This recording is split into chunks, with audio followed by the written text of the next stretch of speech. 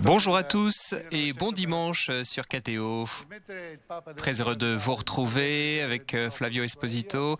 Nous sommes ensemble pour vivre cette matinée avec vous en direct de Turin pour ce nouveau voyage du pape François. C'est le 9e voyage du pape en Italie. Alors, est-ce qu'il faut parler de voyage ou de visite en Italie? C'est un voyage qui va durer 2 jours en tout cas, qui commence ce matin et qui se terminera demain soir. Ce 9e voyage du pape en Italie, eh bien, il arrive après celui de Naples et de Pompéi, c'était en mars. Et puis, il arrive avant le voyage du pape à Florence, ce sera au mois de novembre.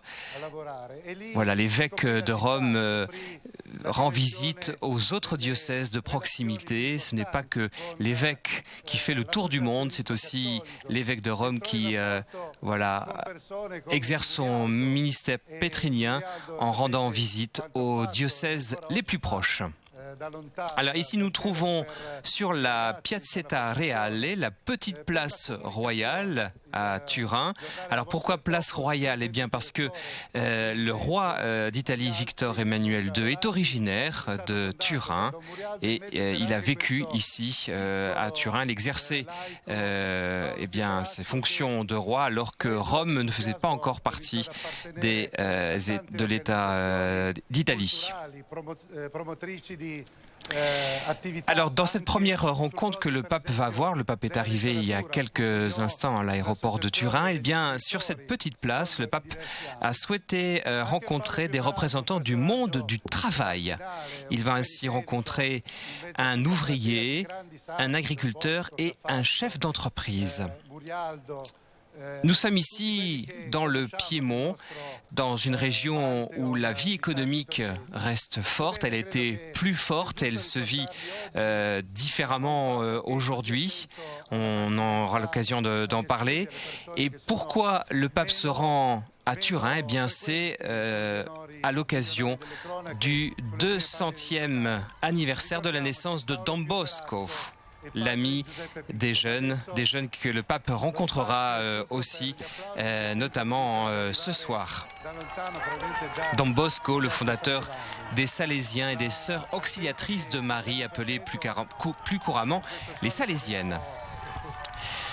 Alors ce monde de l'économie que le pape François vient rencontrer, eh bien, il faut savoir que Turin est une ville stratégique pour l'économie italienne. Après la Deuxième Guerre mondiale, le boom économique qu'on appelait il miracolo, le miracle, eh bien, il y a drainé une importante migration intérieure des gens du Sud et de la Vénétie. Elle a longtemps fait partie, avec Milan et Gênes, de ce qu'on appelait le triangle industriel du pays. Mais depuis les années 70, les différentes crises économiques ont porté un coup à ce dynamisme économique. Grazie Francesco.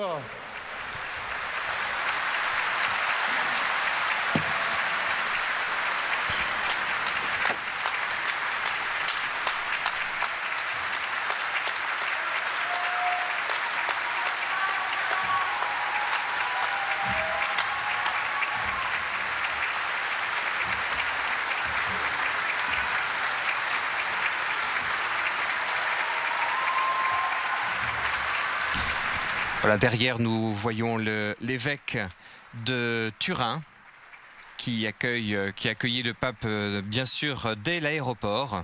Con lui c'è anche il nostro arcivescovo, Cesare Nosiglia. Grandi fatiche per mettere insieme questa visita in un giorno così particolare, con la sindone che ci testimonia della sofferenza profonda e di un futuro possibile per tutti, che ci parla di Don Bosco, il santo che è stato particolarmente vicino ai giovani e che ha voluto... Et le pape va aussi prier un instant devant le Saint-Suaire de Turin. Alors est-ce une relique, est-ce une icône? En tout cas, c'est le lieu de prière et d'inspiration pour des centaines de milliers de catholiques qui sont venus vénérer le linceul de Turin depuis son exposition, depuis le mois d'avril jusqu'au 24 juin, dans 2 jours, pour la fête de Saint Jean-Baptiste, qui est le saint patron de Turin.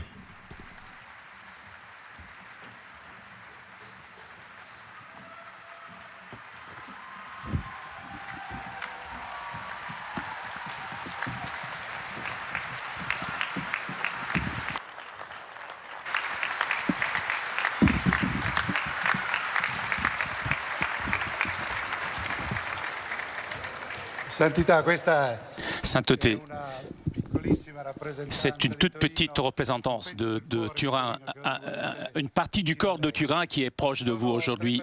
Il y a 3 personnes à qui nous avons demandé de commencer cette rencontre avec vous pour pouvoir dire quelque chose de ce que nous percevons, de ce que nous vivons et de ce que nous attendons de vous.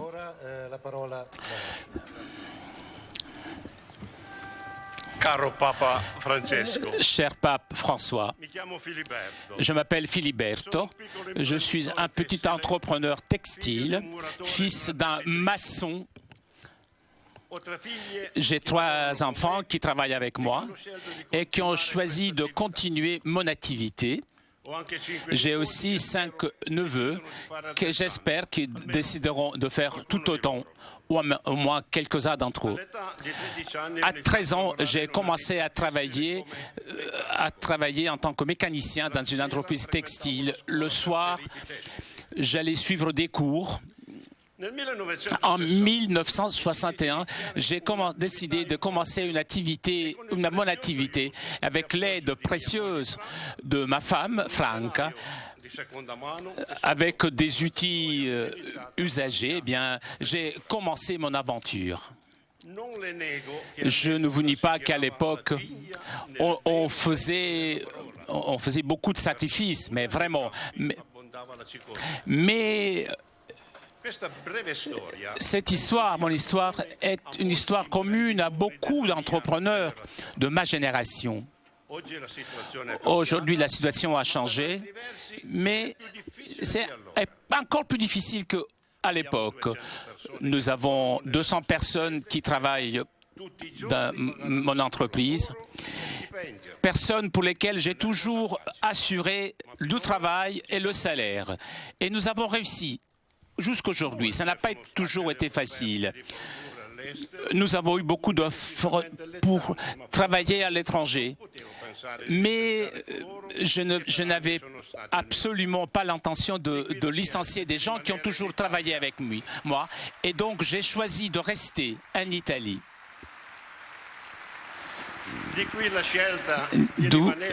Donc, j'ai choisi de rester en Italie en allant même contre les logiques de la finance et de l'économie. Comme presque tous mes amis entrepreneurs, nous souffrons de cette crise qui nous accompagne depuis beaucoup trop d'années. Et pourtant, nous ne sommes pas rendus. Et nos employés ont démontré une capacité de résistance exceptionnelle. Nous avons fait et nous faisons encore aujourd'hui beaucoup de sacrifices, mais on continue. Dans les années récentes, nous avons pensé que l'artisanat pouvait être remplacé par la finance. Finance qui aurait pu garantir le travail pour tous. Et que, comme vous avez dit, Saint-Père donne la dignité à l'homme. Eh bien, je pense justement que l'artisanat est la plus haute expression de ce travail. Je ne cache pas qu'après 7 ans de crise, quelques moments de découragement, bien je l'ai eu, la foi et une famille unie ont été notre force. Grâce à elles, l'espoir n'a jamais manqué.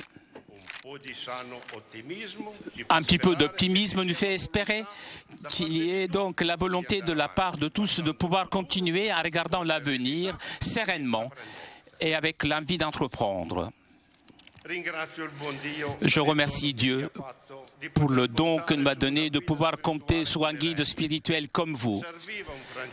Il nous fallait un François et le bon Dieu nous a donné un François. E lui ce l'ha dato e che lo Signore conserva per tanti anni. Alors ça, il parle en tourinois et j'ai dit j'espère que le Seigneur va vous garder pendant très longtemps.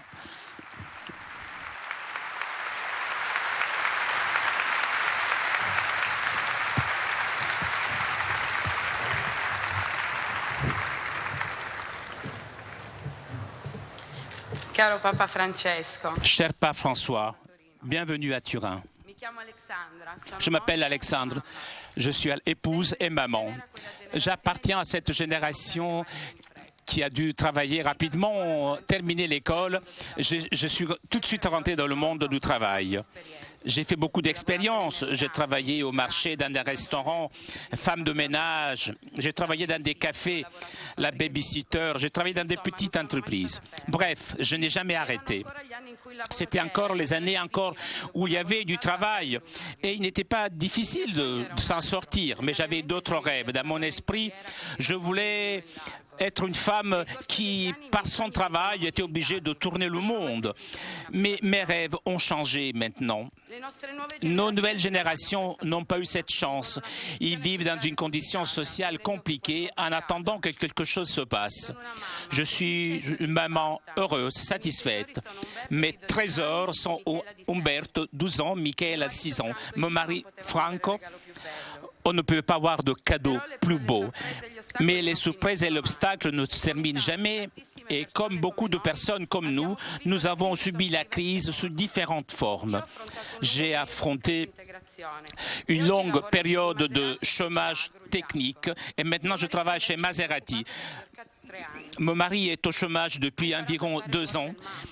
Et il joue le maman. Inutile de dire que c'était une période difficile.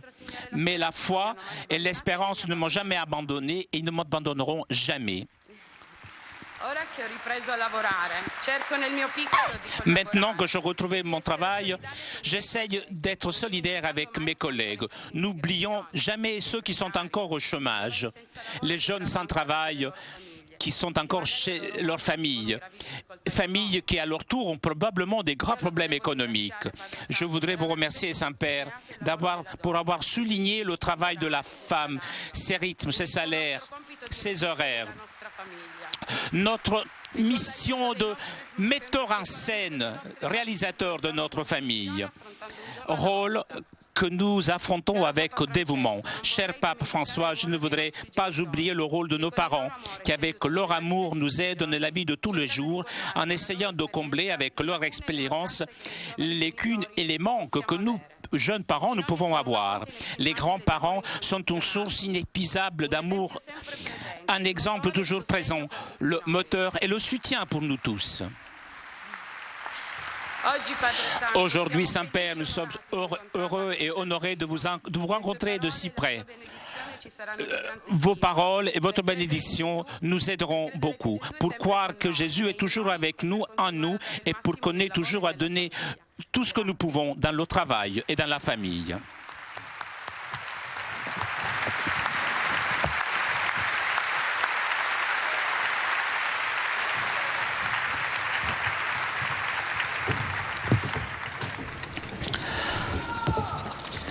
Caro Papa Francesco. Cher Pape François, je m'appelle Fabrizio et je suis accompagné par ma femme Alexis et par mes enfants Luca et Andrea. Tout d'abord, je rends grâce à Dieu qui me donne la possibilité d'être devant vous. Mon travail est agriculteur, mais à la différence de la plus grande partie de mes collègues, je ne produis pas des aliments, mais je m'occupe des fleurs. C'est une activité que mon grand-père avait commencé il y a 50 ans. Je ne peux parler de moi sans parler de mon travail. trop d'heures, trop d'émotions me donne ma génération.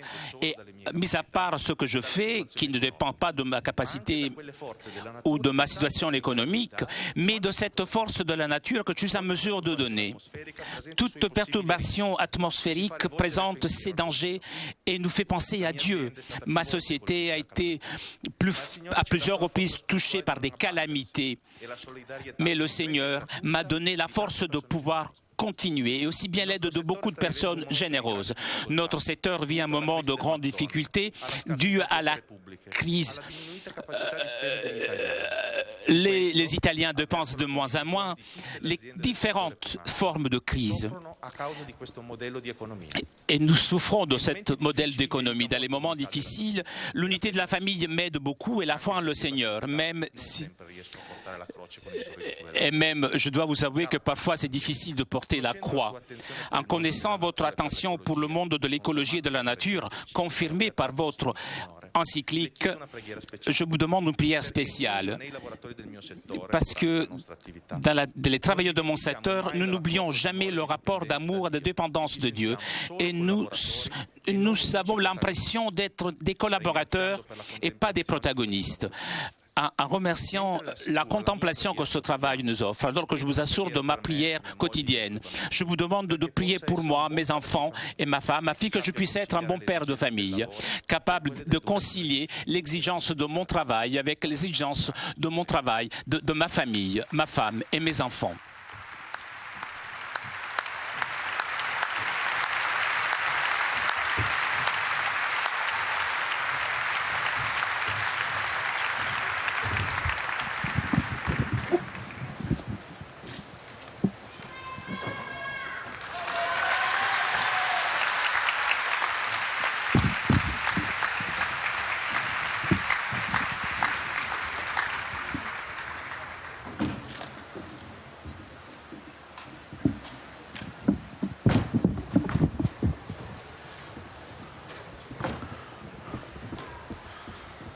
Cari fratelli e sorelle, buongiorno.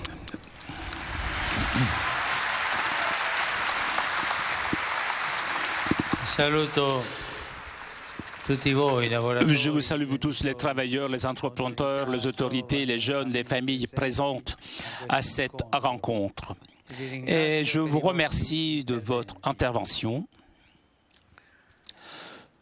d'où surgit donc le sens de responsabilité face aux problèmes qui viennent de la crise économique et pour avoir témoigné que la foi en le Seigneur et l'unité de la famille sont d'une grande aide et soutien.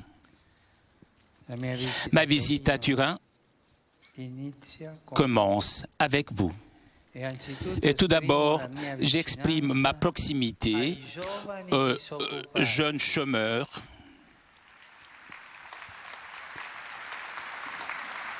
alle persone in cassa integrazione o precari, aux précaires, ma anche agli imprenditori, ceux qui sont au chômage technique, les entrepreneurs, les artisans et à tous les travailleurs des différents secteurs, surtout ceux qui ont le plus de mal à avancer.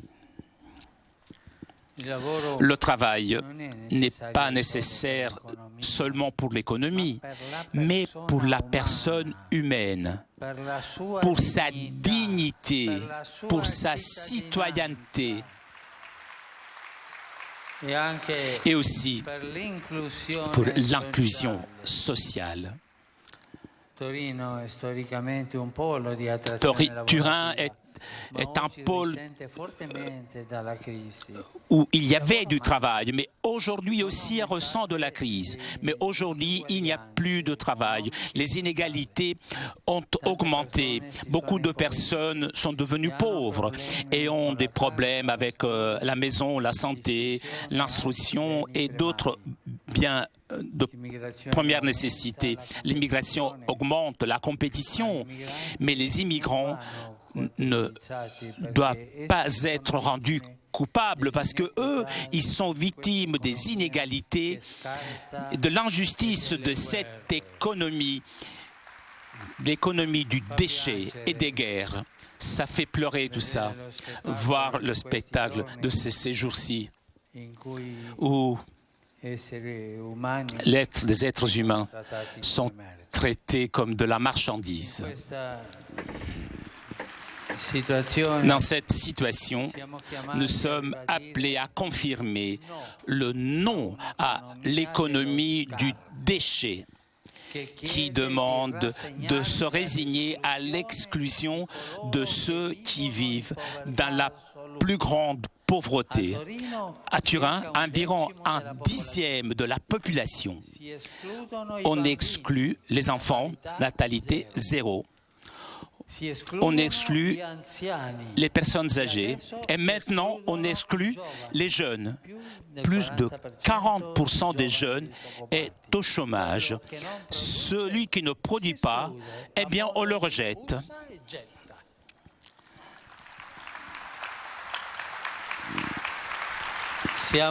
Nous sommes appelés à confirmer le non à l'idolâtrie de l'argent qui pousse à rentrer à tout prix dans le nombre des quelques-uns qui, nonobstant la crise, devient de plus en plus riches sans s'occuper des nombreux, de plus en plus nombreux qui deviennent de plus en plus pauvres et jusqu'à avoir faim. Nous sommes appelés à dire non à la corruption tellement répandue qui semble être une attitude ou un comportement normal.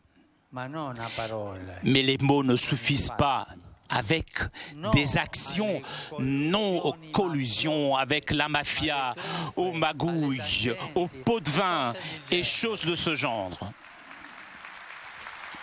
Et seulement comme ça, unissant nos forces, nous pouvons dire non à cette injustice, inéquité qui génère la violence. Don Bosco nous apprend que la meilleure méthode est la méthode préventive. Même le conflit social doit être combattu et cela, on le fait avec la justice. Dans cette situation qui n'est pas seulement qui n'appartient seulement de Turin ou d'Italie, c'est une situation globale, complexe. On ne peut pas seulement attendre la reprise. Attendons la reprise. Le travail est fondamental.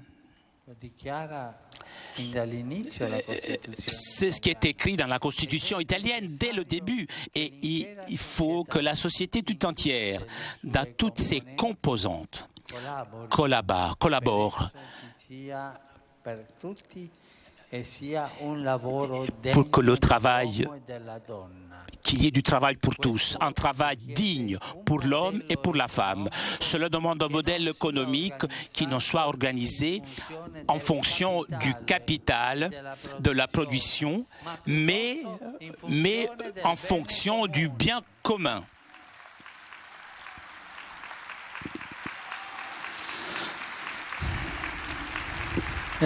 Et à propos des femmes, vous en avez parlé, hein?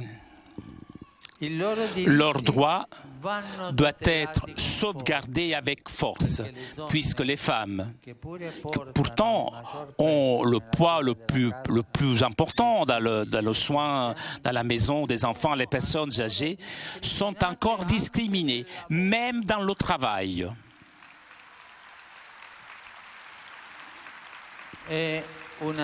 C'est un défi très important qu'il faut affronter avec solidarité et avec un regard ample. Turin est appelé à être encore une fois protagoniste d'une nouvelle saison de développement économique et social avec sa tradition de artisanale de l'entreprise.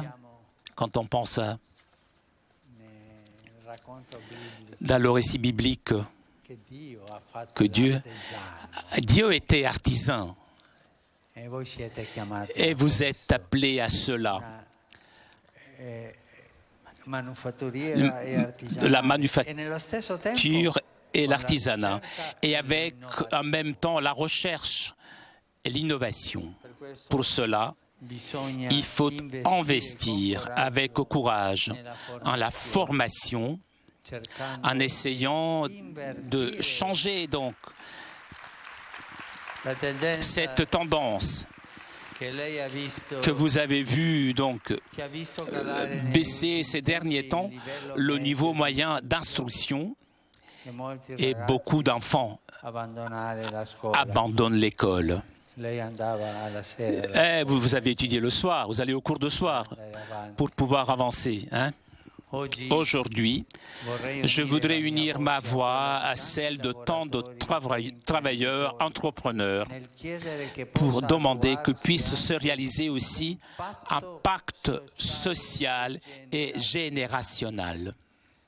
Comme a indiqué l'expérience de l'Agora que vous faites avancer donc dans le territoire de votre diocèse.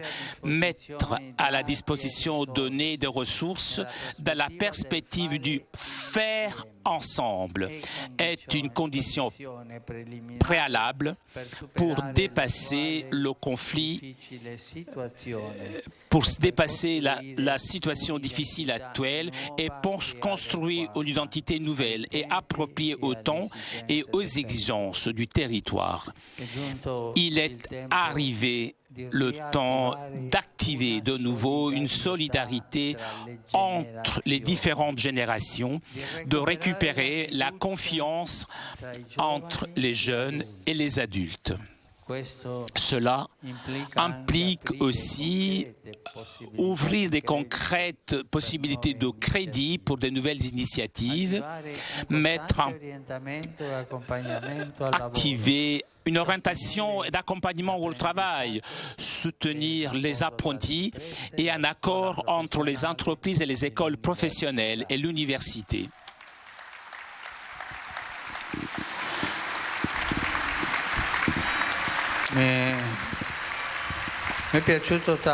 J'ai bien aimé que vous avez parlé donc de la famille, les enfants et des grands-parents. N'oubliez pas cette richesse. Les enfants, les fils, les enfants sont une promesse de faire avancer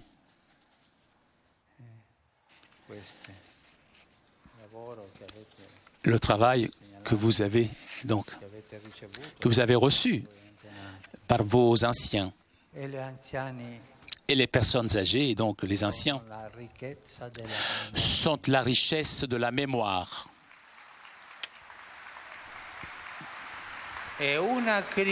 C'est une crise ne peut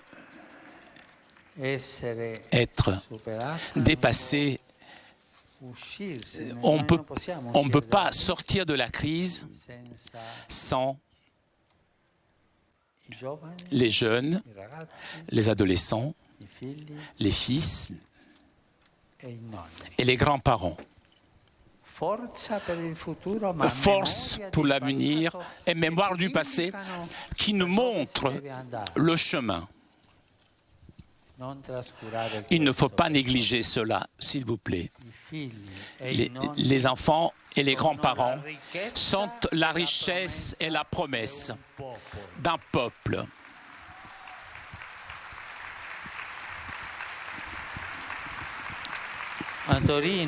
À Turin et dans son territoire, existent encore des grandes potentialités pour investir pour la création du travail. Une assistance est nécessaire, mais il ne suffit pas. Il faut la promotion qui régénère confiance en l'avenir. Voilà les choses que je voulais vous dire aujourd'hui. J'ajoute un mot qui ne voudrait pas qu'il soit interprété comme un mot rhétorique. Courage. Cela ne signifie pas patience, ou alors résignez-vous. Non, non, bien au contraire. Soyez courageux, allez de l'avant. Soyez créatifs. Soyez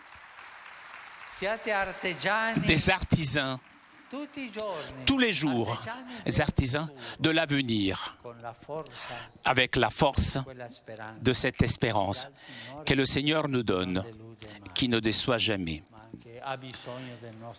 mais qui a besoin aussi de notre travail. Pour cela, je prie et je vous accompagne de tout mon cœur. Que le Seigneur vous bénisse tous et que la Vierge vous protège. Et s'il vous plaît, je vous demande de prier pour moi. Merci.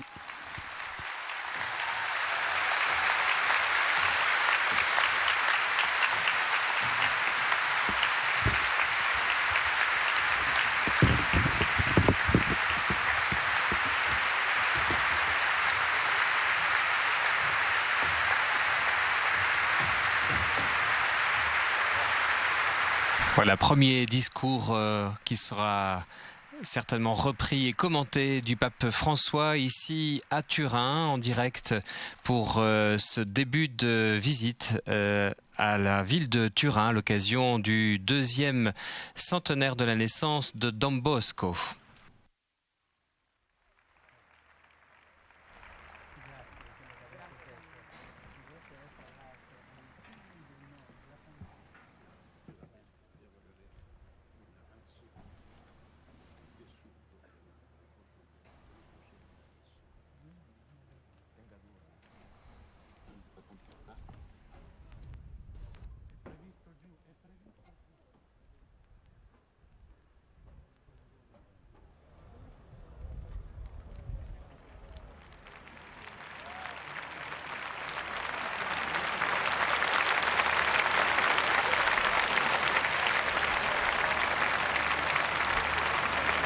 Voilà, le pape qui n'a pas manqué de souligner les ravages de la crise économique.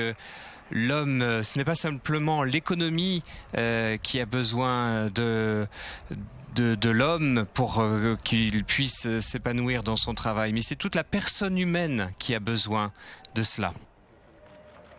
Le patron de Fiat, Monsieur Marchionne, voilà, Fiat, qui, vous le savez peut-être, a fusionné avec Chrysler il y a quelques années et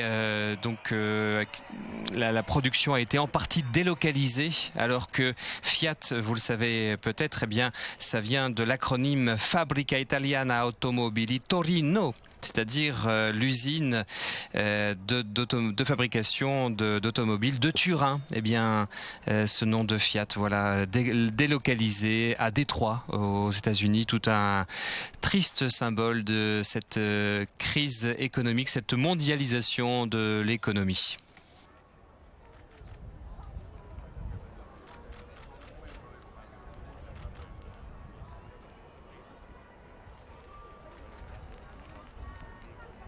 À Turin, on trouve aussi en micro-informatique la société Olivetti. On trouve encore de l'industrie en construction ferroviaire et puis des sièges de nombreuses banques et d'assurances, mais aussi des sociétés de transport routier, de mode de textile et d'industrie agroalimentaire et ses dérivés comme par exemple le café Lavazza ou pour les alcools le fameux Martini.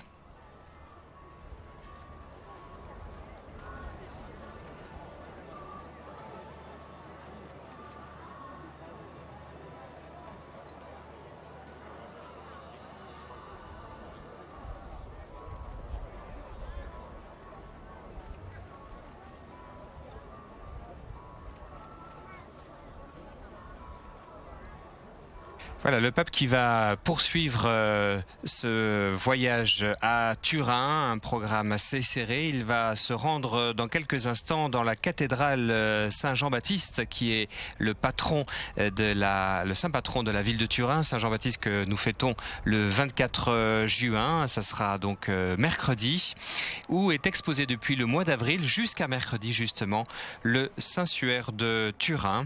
Il entrera dans la cathédrale et avant de vénérer le Saint-Suaire, eh bien, il prendra quelques instants de prière devant le bienheureux Pier Giorgio Frassati, un jeune turinois très engagé auprès des pauvres et mort à l'âge de 24 ans, membre du tiers-ordre dominicain, la branche des laïcs de la famille dominicaine.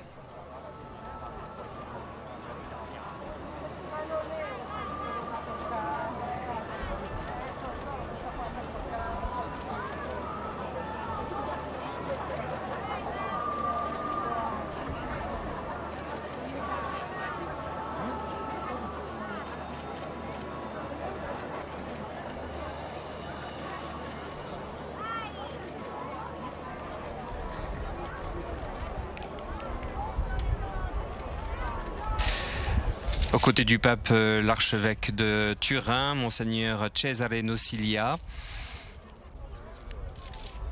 Le diocèse organise depuis jeudi jusqu'à demain bien 4 jours à destination de la jeunesse qui accueille entre 10 000 inscrits en tout cas jusqu'à, ils attendent 50 000 jeunes qui participent à 4 jours de rencontres, de prières, d'enseignement et de partage ici dans la ville de Turin, avec le point fort de cette rencontre qui se veut à la fois adressée aux jeunes du Piémont, mais aussi des jeunes de l'Italie et même des jeunes de pays européens. Cette rencontre, le point culminant, eh bien, ce sera la rencontre ce soir avec le pape François, prévue à 18 h et que nous transmettrons en léger différé sur KTO.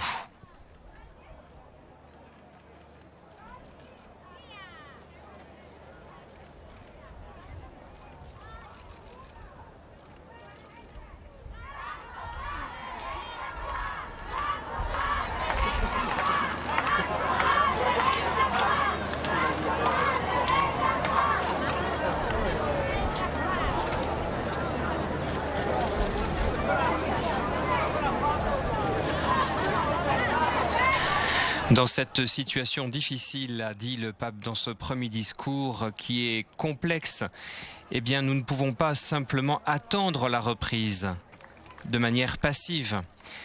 Le travail est fondamental, comme le déclare le début de la Constitution italienne, et il est nécessaire pour la société entière, pour tous ses composants.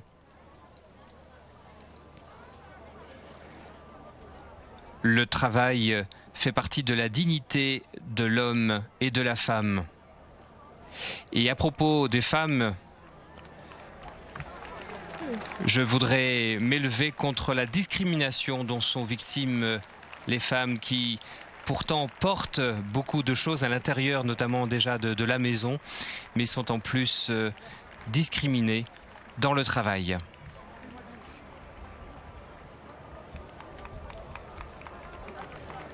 Voilà, on se retrouve dans quelques minutes pour la suite de cette visite du pape François ici à Turin à l'occasion du 2e centenaire de la naissance de Don Bosco.